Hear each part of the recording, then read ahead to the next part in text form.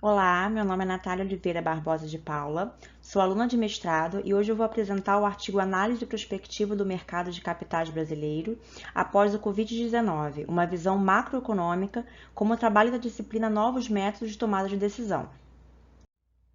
Essa apresentação está dividida em introdução, índices econômicos, metodologia, análise dos cenários prospectivos, resultados e conclusão. Introdução. A pandemia do novo coronavírus trouxe desafios aos países em três aspectos: no sistema de saúde, na economia e no novo modo de trabalho. O mundo sofreu grandes impactos, alterando o padrão de consumo, a produção industrial, os transportes e diversas outras áreas, e por isso é fundamental que se utilizem métodos para o desenvolvimento da prospecção de cenários futuros confiáveis, objetivando uma melhor compreensão das oportunidades e ameaças, bem como o impacto de suas incertezas sobre o mercado brasileiro. Esse estudo propõe uma análise prospectiva dos cenários que podem se apresentar nos anos seguintes após o fim da pandemia, levando-se em consideração os impactos macroeconômicos da economia brasileira no mercado de capitais e analisando quais as possibilidades futuras de crescimento do país refletidos na Bolsa de Valores. Foi realizada uma busca na plataforma Scopus com a finalidade de encontrar estudos que mostrem os impactos da pandemia do novo coronavírus nas economias dos países, bem como foram analisados os índices Ibovespa, que é o índice de referência da Bolsa de Valores brasileira, e o IFIX, que é o índice de fundos de investimento imobiliários, através de cenários macroeconômicos que podem se apresentar no futuro. E através da metodologia de cenários prospectivos, criaram-se três cenários de acordo com a expectativa da evolução da vacina da Covid-19. Índices econômicos. Agora vamos falar um pouquinho dos principais índices que foram mencionados nesse trabalho, que é o Ibovespa e o IFIX. O Ibovespa ele foi criado em 1968 e é o indicador mais importante e mais utilizado na Bolsa de Valores brasileira, a B3, a Brasil Bolsa Balcão. Ele é um importante sinalizador dos movimentos de mercado financeiro no Brasil.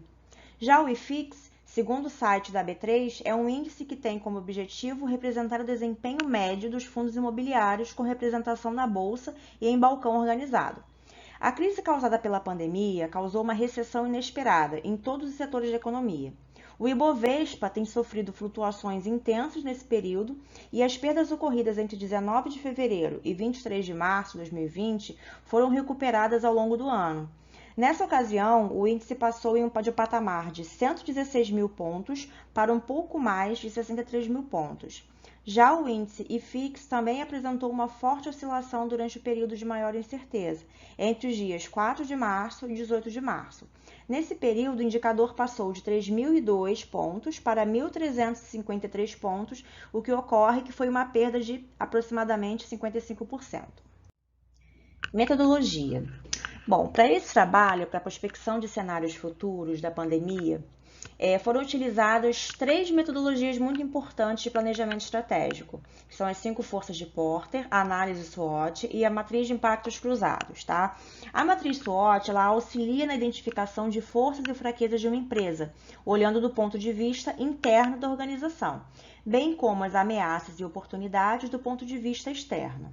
Em conjunto com a matriz SWOT, é muito comum a utilização das 5 forças de Porter, onde identifica-se as 5 forças básicas que influenciam o ambiente organizacional, que são elas: ameaças de produtos substitutos, ameaças de entrada de novos concorrentes, o poder de negociação dos clientes, o poder de negociação dos fornecedores e a rivalidade entre os concorrentes.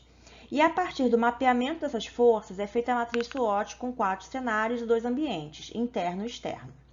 Após feita essa matriz, é feita uma nova matriz, que é a matriz de impactos cruzados, que é um recurso que é muito utilizado como um método de planejamento para cenários futuros e utiliza 7 pontos cardinais, sendo uma escala de -3 a 3, onde avalia os impactos entre cada variável.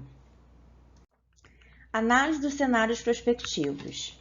Bom, o primeiro passo para a aplicação da matriz SWOT, da matriz de impactos cruzados e da futura análise dos cenários prospectivos, trata-se da definição das variáveis e dos impactos relacionados a ela. Para isso, levou-se em consideração o cenário macroeconômico brasileiro e foram definidas 6 variáveis, que são o PIB, o dólar, a inflação, que é o IPCA, a taxa Selic, o Ibovespa e o IFIX. Em seguida, definiu-se quem são os atores, ou seja, que são as entidades envolvidas no cenário em análise. E para esse estudo foi criada a matriz SWOT sob a óptica da Bolsa de Valores. Tá? Então foram traçadas as oportunidades, as ameaças, as forças e as fraquezas dentro do cenário e os dados coletados. Para a realização da matriz de impacto cruzado, é necessário analisar a influência do cruzamento desses dados, e para saber se em determinado período um ativo se valoriza e outro segue o mesmo movimento, ou se realiza o movimento inverso, foi utilizada a correlação de Pearson entre os anos 2011 e 2019 com as variáveis selecionadas. Essa tabela mostra os valores da correlação de Pearson. Logo em seguida, é feita a matriz de impactos cruzados. Então, após realizar a correlação entre os dados selecionados, foram alocados os critérios da matriz de impactos cruzados, sendo que, quanto mais próximo de 1 o número se apresenta, mais forte é a correlação positiva entre eles. E quanto mais próximo de -1, mais forte a correlação negativa entre eles. Resultados. Com a aplicação da matriz de impactos cruzados, um panorama da relação entre os dados é apresentado e, a partir desses dados, os cenários prospectivos são traçados, buscando-se uma análise precisa das condições de mercado que podem se apresentar no futuro. Para a realização dessa análise, traçou-se 3 cenários possíveis. São eles: o Bull Market, o Bear Market e Hold On. O cenário Bull Market, que é esse primeiro, ele reflete o melhor panorama para o mercado crescer.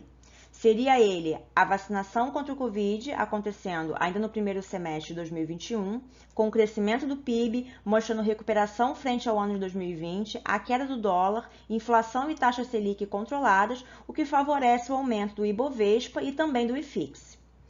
Já o cenário Bear Market, ele reflete os piores resultados do mercado financeiro. Conta que não aconteça a vacinação contra o coronavírus, o que acarreta a queda do PIB, o risco de deflação nos preços, a disparada do dólar, a Selic baixa, o que traria o Ibovespa e o IFIX para uma maior volatilidade e uma maior desvalorização das empresas presentes nos índices, tá?